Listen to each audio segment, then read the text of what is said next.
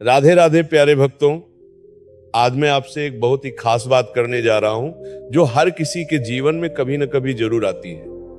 क्या आपने कभी सोचा है कि जब जीवन में अचानक मुश्किलें बढ़ जाती हैं, जब हर तरफ से परेशानियां घेर लेती हैं, जब लगता है कि सब कुछ गलत हो रहा है, तो वो सिर्फ संयोग नहीं होता दोस्तों, ये वो समय होता है जब भगवान आपकी परीक्षा ले रहे होते हैं। जी हाँ, जब कृष्ण आपको तैयार कर रहे होते हैं किसी बड़ी सफलता के लिए, किसी महान उद्देश्य के लिए, तो पहले वो आपको परखते हैं और इस परीक्षा के कुछ संकेत होते हैं जिन्हें पहचानना बहुत जरूरी है। पहला संकेत है अचानक आने वाली विपत्तियां। जब आपके जीवन में बिना किसी वजह के मुश्किलें आने लगती हैं, जब आपकी मेहनत के बावजूद काम नहीं बनते, जब रिश्तों में दरारें आने लगती हैं, तो समझ जाइए कि भगवान आपको देख रहे हैं। वो देख रहे हैं कि आप टूटते हैं या मजबूत बनते हैं। महाभारत में युधिष्ठिर को याद कीजिए, उन्हें राजपाट छोड़कर वनवास जाना पड़ा, जुए में सब कुछ हार गए, पत्नी का अपमान देखना पड़ा, लेकिन उन्होंने धर्म नहीं छोड़ा और अंत में वो एक महान सम्राट बने। तो जब परेशानियां आए तो घबराइए मत, बल्कि समझिए कि आपकी तैयारी हो रही है। दूसरा संकेत है अकेलापन। जब भगवान आपकी परीक्षा लेते हैं तो सबसे पहले वो आपके आसपास से लोगों को हटा देते हैं। वो दोस्त जो हमेशा साथ थे अचानक दूर होने लगते हैं। परिवार में भी समझ की कमी महसूस होती है, लोग आपको गलत समझने लगते हैं। ये सब इसलिए होता है क्योंकि भगवान चाहते हैं कि आप अपनी असली शक्ति पहचानें। जब कोई साथ नहीं होता तब आप अपने भीतर झांकते हैं, अपने विश्वास को मजबूत करते हैं। कृष्ण ने भी तो द्वारका छोड़ दी थी युद्ध के समय, ताकि अर्जुन अपनी क्षमता पहचान सके। असली ताकत अकेले खड़े होने में है, भीड़ में नहीं। तीसरा संकेत है बार बार असफलता। आप कितनी भी मेहनत करें लेकिन नतीजे नहीं मिलते। आप प्रयास करते रहते हैं लेकिन सफलता हाथ नहीं आती। ऐसा लगता है जैसे किस्मत ही साथ नहीं दे रही। दोस्तों, ये वो समय होता है जब भगवान आपके धैर्य और निष्ठा को परख रहे होते हैं। वो देख रहे होते हैं कि आप हार मानते हैं या लगे रहते हैं। भगवत गीता में कृष्ण कहते हैं, कर्म करो फल की चिंता मत करो। मतलब आपका काम है बस प्रयास करना, नतीजा तो समय पर मिलेगा ही। थॉमस एडिसन ने बल्ब बनाने में 1000 बार असफलता देखी, लेकिन उन्होंने हार नहीं मानी और आखिर में दुनिया को रोशनी मिली। आपकी असफलताएं आपको सिखा रही हैं, तैयार कर रही हैं बड़ी सफलता के लिए। चौथा संकेत है आत्मसंदेह। जब परीक्षा का समय होता है तो आपके मन में खुद पर से विश्वास उठने लगता है। आप सोचने लगते हैं, क्या मैं सच में ये कर पाऊंगा? क्या मैं इस लायक हूं? ये संदेह भगवान की परीक्षा का सबसे कठिन हिस्सा है। अर्जुन को याद कीजिए, जब युद्ध के मैदान में उनके हाथ से गांडीव छूट गया, जब उन्होंने कहा मैं नहीं लड़ सकता, तब कृष्ण ने उन्हें गीता का उपदेश दिया, उन्हें उनकी असली पहचान याद दिलाई। जब आपके मन में संदेह आए तो रुकिए, गहरी सांस लीजिए और याद कीजिए कि भगवान ने आपको वो सब दिया है जो आपको चाहिए।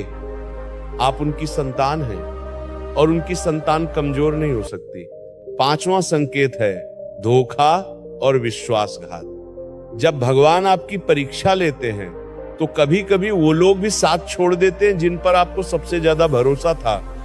आपका सबसे करीबी दोस्त धोखा दे सकता है, आपका साथी आपको छोड़ सकता है। ये बहुत दर्दनाक होता है, लेकिन ये भी एक संकेत है।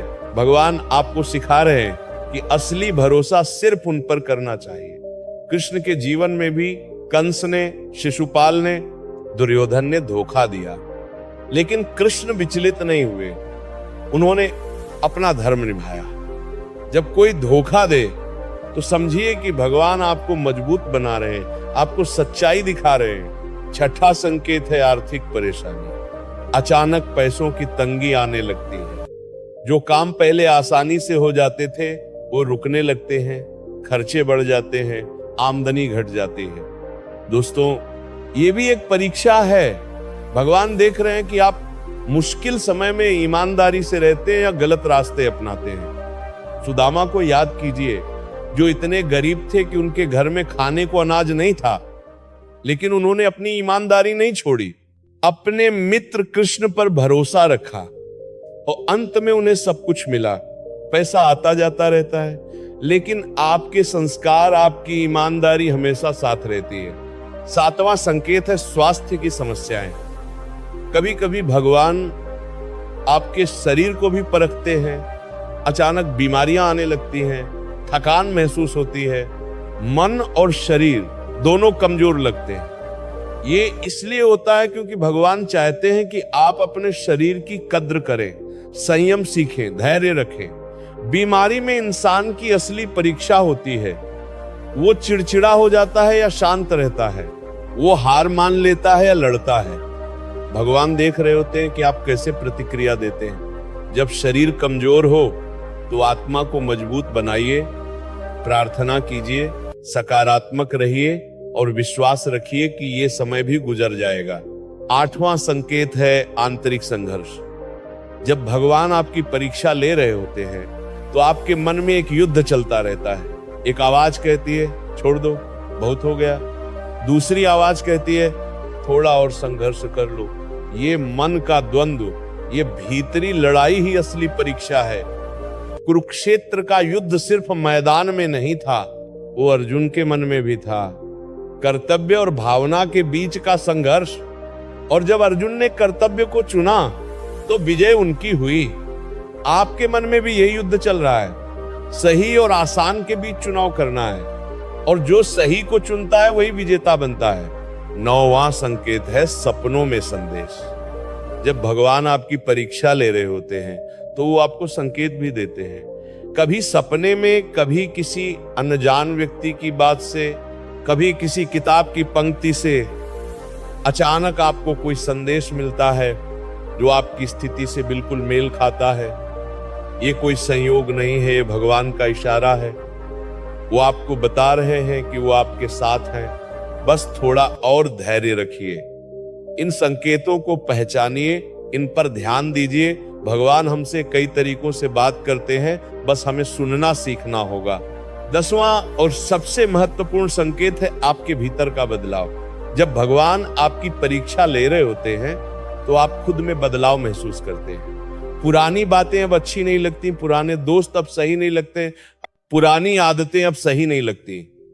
आप अध्यात्म की ओर बढ़ने लगते हैं, सत्संग में मन लगने लगता है, भक्ति में रुचि बढ़ने लगती है। ये सबसे बड़ा संकेत है कि भगवान आपको तैयार कर रहे हैं। वो आपको पुरानी परतों से मुक्त कर रहे हैं ताकि आप नए रूप में प्रकट हो सके।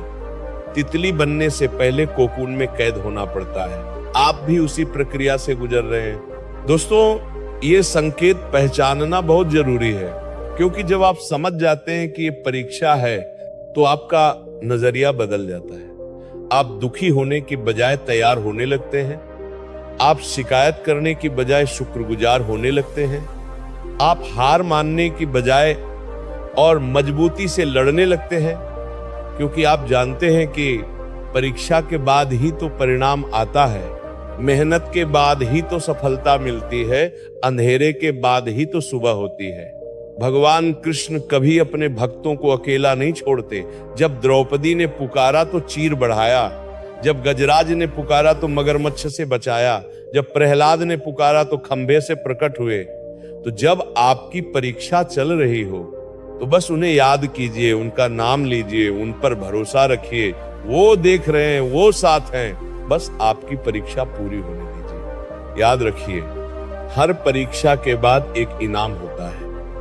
हर अंधेरी रात के बाद एक सुनहरी सुबह होती है। हर तूफान के बाद शांति होती है।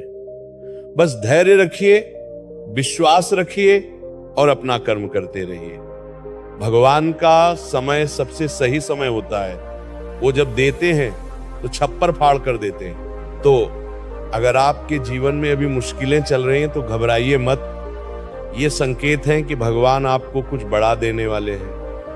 बस थोड़ा और संघर्ष कीजिए, थोड़ा और धैर्य रखिए, थोड़ा और विश्वास कीजिए। आपका समय आने वाला है, आपकी जीत तय है, क्योंकि जिसके साथ कृष्ण है उसकी हार नहीं हो सकती।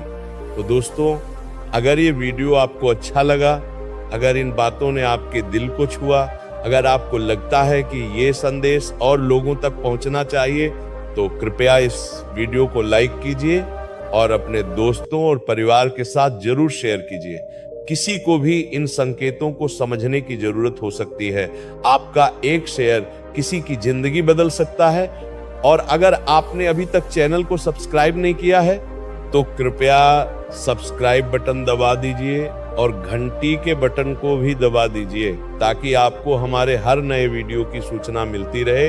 हम रोज आपके लिए ऐसी ही प्रेरणादायक और आध्यात्मिक कहानियां और संदेश लेकर आते हैं। और हाँ, कमेंट सेक्शन में जाकर जरूर लिखिए। राधे राधे।